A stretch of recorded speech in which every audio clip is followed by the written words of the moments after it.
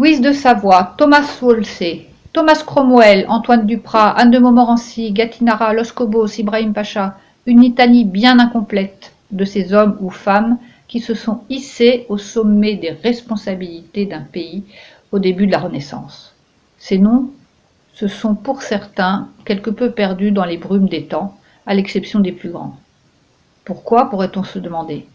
La raison est qu'ils ont été éclipsés en fidèles serviteurs dans la mémoire populaire par les 4 grands princes qu'ils ont si fidèlement servis, François Ier, Henri VIII, Charles Quint et Soliman, d'où le titre d'ouvrage de Cédric Michon, Dans la cour des lions, hommes et femmes de pouvoir de la Renaissance.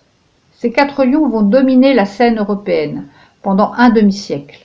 Si ces derniers restent maîtres du jeu, lorsque l'on regarde de plus près le quotidien des affaires de ces empires et de ces royaumes, il apparaît qu'ils s'entourent en quelque sorte d'un véritable staff. L'auteur analyse l'évolution que prend la forme de leurs fonctions. Chancelier, puis plus souvent secrétaire ou conseiller. Ils sont aussi de milieux très différents, d'extraction populaire comme Thomas Wolsey, fils d'un boucher, ou Ibrahim Pacha, ancien esclave, ou bien appartenant à des familles de l'aristocratie comme Anne de Montmorency ou Los Cobos.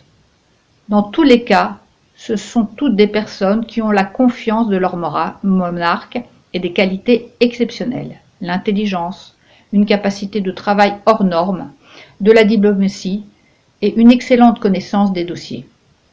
Dans ce monde des cours de la Renaissance, où tous les coups sont permis, l'ascension sera fulgurante pour certains ou plus progressive pour d'autres.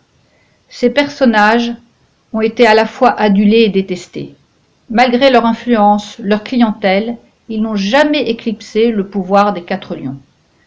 Par le bon vouloir de ces 4 grands monarques de la Renaissance, ils sont montés au sommet de l'État et ont connu une disgrâce pour beaucoup, voire une condamnation à mort pour certains, comme Thomas Cromwell, preuve que l'ultime décision revient au roi.